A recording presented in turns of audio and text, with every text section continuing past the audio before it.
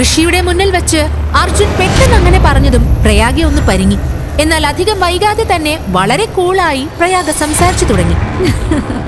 Come on ഋഷി, നീ എന്താ തമാശ പറയാണോ? നീ ഇവനൊന്ന് ശരിക്കും നോക്കിയേ, അവന്റെ ഡ്രസ്സ് നോക്കിയേ. എനിക്ക് ഇവന്റെ അടുത്ത് നിൽക്കാൻ തന്നെ അറപ്പാവുന്നു. പക്ഷെ ഇവൻ പറയുന്നത് ഞാൻ ഇവന്റെ ഭാര്യയാണെന്ന്.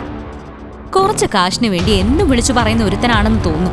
അതിനായിരിക്കും ഇവിടെ തന്നെ നിൽക്കുന്നത്. പക്ഷെ ഈ കോലത്തിലുള്ള ഒരുത്തന് ഒരിക്കലും എന്റെ ഭർത്താവാകാൻ കഴിയില്ല എന്നത് ഇവൻ ഇപ്പോഴും മനസ്സിലാക്കുന്നില്ലല്ലോ.